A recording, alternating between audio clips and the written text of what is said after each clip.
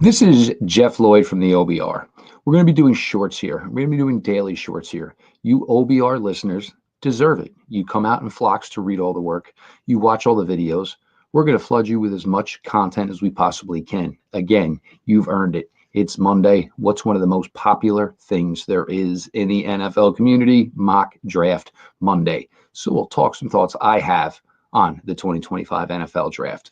We'll get into a lot of this stuff as the months go on. Do the Browns stay at 2? Do they trade out? Do they want Cam Ward? Do they want Shedeur Sanders? There's a million scenarios. One name I'm going to talk about today is a name that maybe hasn't been brought up that much as far as the Cleveland Browns are concerned. And we're going to cover all of these guys. So I'm not advocating. I'm just spitting information. Travis Hunter, cornerback / wide receiver out of Colorado. Heisman Trophy winner.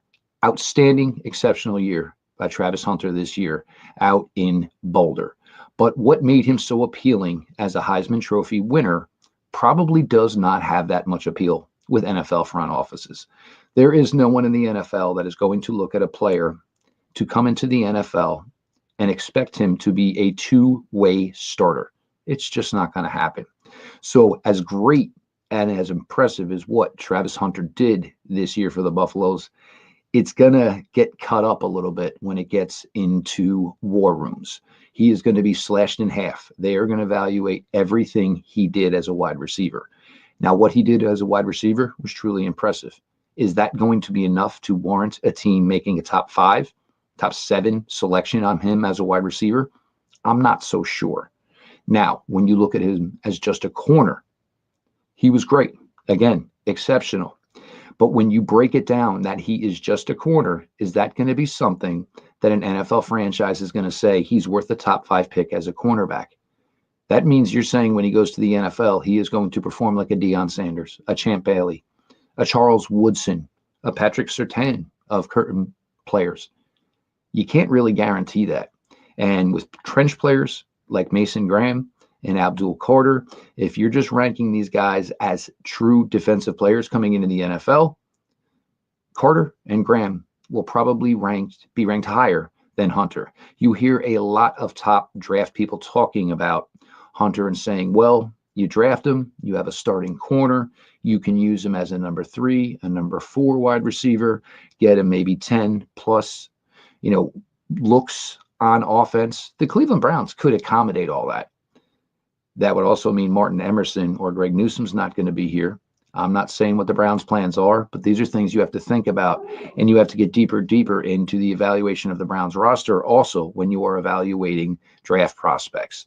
I do want to talk about a couple other guys that, everybody wants to talk the brand names, and I get it.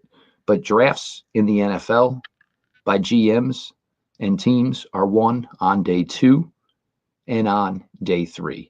I've been on record as saying this is going to be a very difficult quarterback class. The reason why is it is not as deep. So guys will get overdrafted, maybe even over-evaluated just due to a shallow pool. Kyle McCord. Now, I know with a lot of people in Ohio, I know what your feelings may be, but he left Columbus, went to Syracuse. Monster numbers, most passing yards in ACC history, 36 touchdowns, 12 interceptions.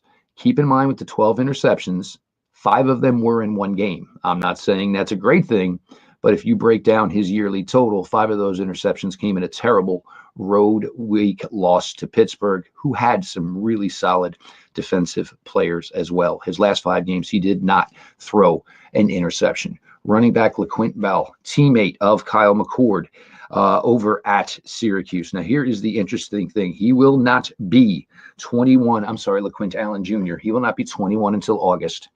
2 straight 1,000-yard seasons. Had 20 total touchdowns last year for the Syracuse Orangemen and caught 64 receptions. His last 2 years in Syracuse, 100 receptions total. You want to talk about guys who could bring good value on day 3? 2 of them would come from Syracuse, New York. I'm Jeff Lloyd at the OBR. We appreciate you all for following and listening.